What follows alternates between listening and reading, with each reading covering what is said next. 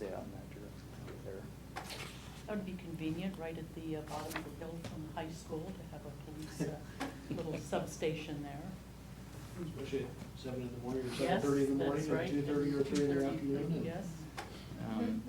This is just a draft.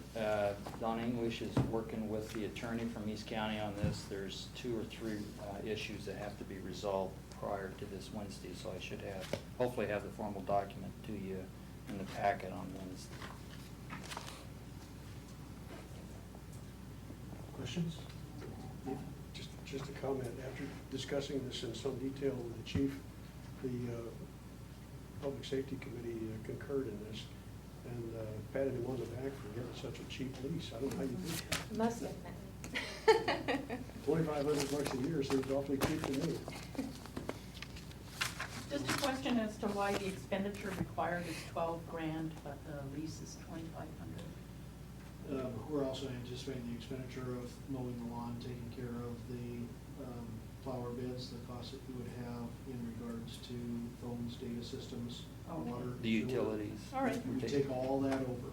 Okay. The funding of that will be out of the supplanting funds. I'm sorry, for which funds? The supplanting funds? The EMS funds, the restricted funds. Okay. From our standpoint, I think it absolutely ends up being a great deal versus the cost of potentially building another building either on the backside of the property that we have with a fire station. And at the same time, for some of our residents and greatly for East County Fire and Rescue's residents to maintain that EMS unit over on that side of town versus in our downtown station.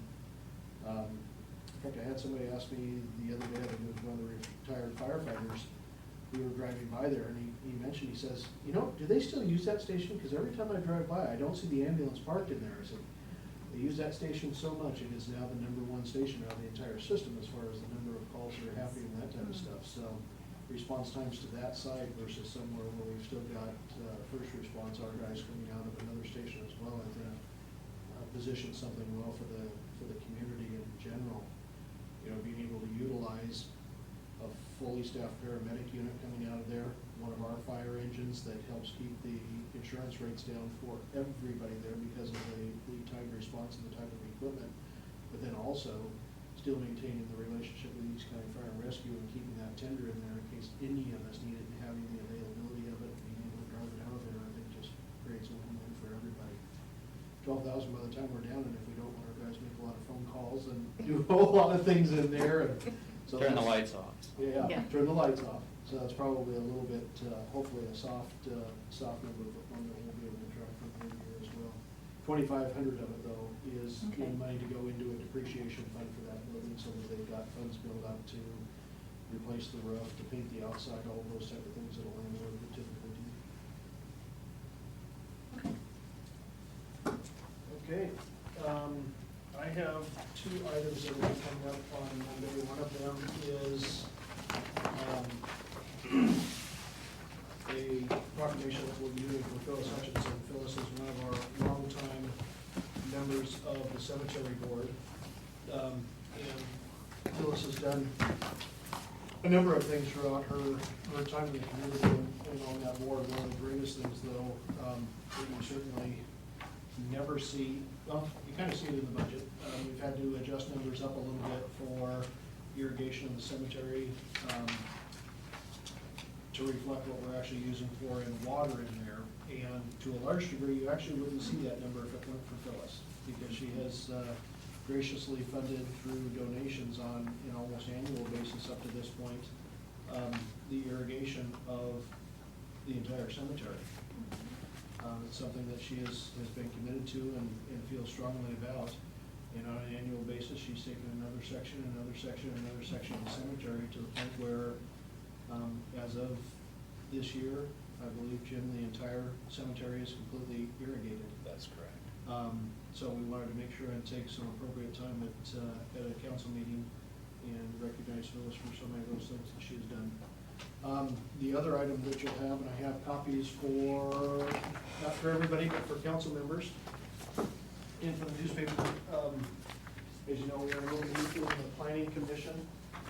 that closed at the end of this last month, and we had a series of interviews this week with the two individuals who put in for that position. I sat in on the interviews, but the interviews were pretty much conducted by staff, by a member of the council, and also a member of the planning commission. And their recommendation that came forward was to appoint Mike Briggs to that open commission seat. So you've got some write-up from the staff coming out of those interviews, and then the resumes from both individuals themselves. So that recommendation will be before you on Monday as well to confirm that appointment. Dave, any items from your side? I have two items. The first one is I just wanted to share with the council and the community the Community Pride Design Award that we won for our pedestrian tunnel. That ceremony was on Friday. It was a nice ceremony, and I got to stand up and accept the award, no reward. There's a reward? You tell me about a reward. If I told you, you would have come.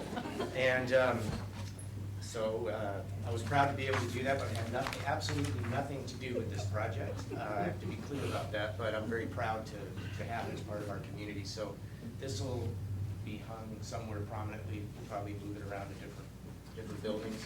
There is a I guess you call it a video.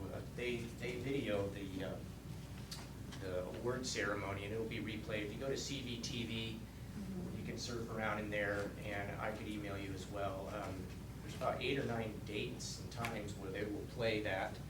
There's a little video clip that CVTV did of our tunnel and of our mayor. So Sean was out there and was interviewed and did a great job. And it's a wonderful, actually it's like a promo piece for our community. It's beautiful. It was a beautiful day. So I'd encourage you to check that out. And then I guess our being presented the award is in there too. So, and some other really neat projects throughout the county received awards. So it's inspiring to probably watch that video and just learn about those projects. So that happened last Friday. I'll share the reward. That video came out well. It must have been BC, before my cold. Yeah, I think it was. And then the other item, kind of a walk-on item, if you would, like to have it on the agenda next week, on our consent agenda. We've talked about this before. One of the things I think is good for us to do is kind of take stock of our assets and what we have. And one of the assets that we have is property and facilities right here in our core. We have this property, the property with the library, the community center, some vacant land, property across the street, that way to the north, some property to the south as well. So I went out looking for proposals from valuation providers, and got a proposal from First Service PGP Valuation, specifically from Mark Lawwill with that agency. He is an MAI, which I'm assuming is a professional credential. I don't know what that is, but and he has a proposal that is ready for the mayor to sign, $7,500 to provide an appraisal report in accordance with professional guidelines